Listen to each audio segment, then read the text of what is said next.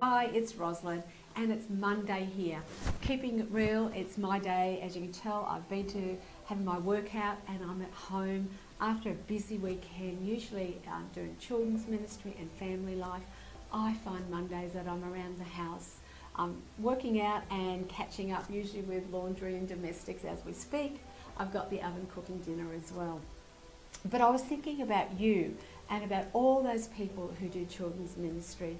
I don't know if you're like me, but Mondays I would find myself ruminating and evaluating my Sunday with children's ministry, looking at what went well, what didn't go so well, and what can I do better.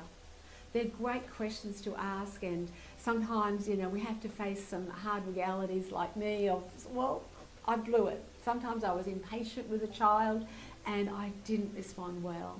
Oh, I can remember well the story of one particular child who at the end of a session, rather than waiting to be picked up by their parents, did a runner, and we lost this child. And I had the unfortunate incident of trying to tell the parents and say, please come and help us find your child, which we did, of course, and the child was safe. But just the worst possible story that can happen on a Sunday. They don't always go brilliantly smooth. But then along the process, I discovered a better question to ask, and this is it. I learnt to ask the question of myself and maybe my team, if you're in a team of people, what was Jesus doing in our gathering? Because he's always there. And what is it that he was doing? That's the most important thing we want to talk about and look about just to begin with. Was it the fact that children were praying for the sick and they got healed, or a child got healed themselves? Sometimes we just stopped and celebrated that a child who looked lonely and hurt and disconnected entered into the group, and that's evident that the Spirit of the Lord was there.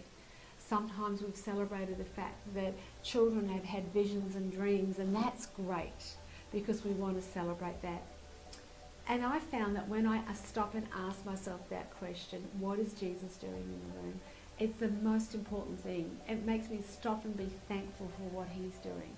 It also helps me keep the most important thing front and centre of what Jesus does in the room. And it also helps me celebrate and be thankful. And maybe it also helps me think about, well, what are you going to do next, Lord? Let me ask that question as well. Lord, where are you going? Let me have eyes and ears to hear what the Spirit is saying and doing every time we get together with kids.